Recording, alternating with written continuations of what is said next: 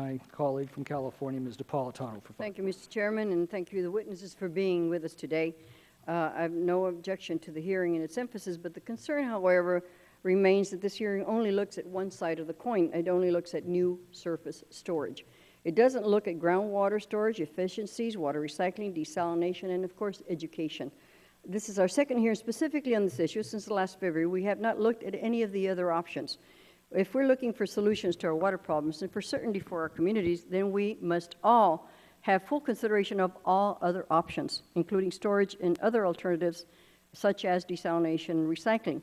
We cannot just prioritize the option that is the most expensive, least efficient, takes longer to create, and creates the most environmental conflict.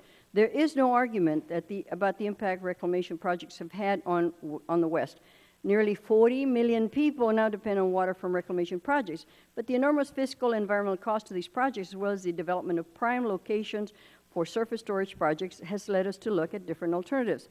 Our majority will argue that environmental regulations have hindered construction of new facilities in the West. The biggest issue to dam construction is, of course, cost. How can Congress guarantee these communities the billions of federal appropriated dollars that are necessary for construction? It's also important to note that $22 billion reclamation has already spent on major water projects. Only 25%, or $5.2 billion, have been repaid to the federal government.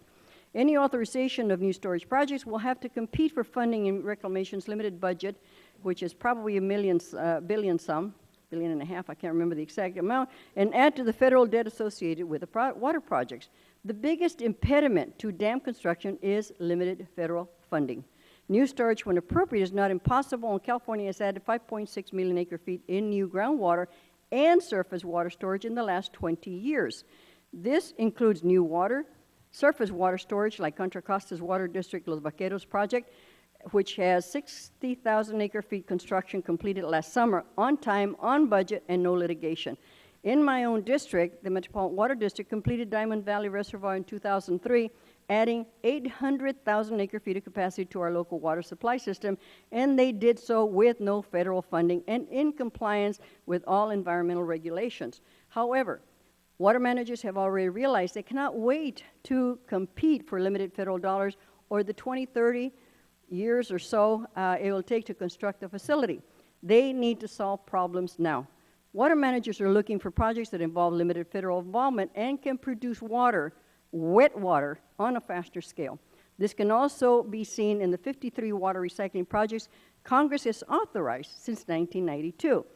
Help facilities, reclamation has already helped facilities facilitate the conservation of 616,000 acre-feet of water from 2010 to 2012 with Title 16 Water Smart grants and other conservation programs.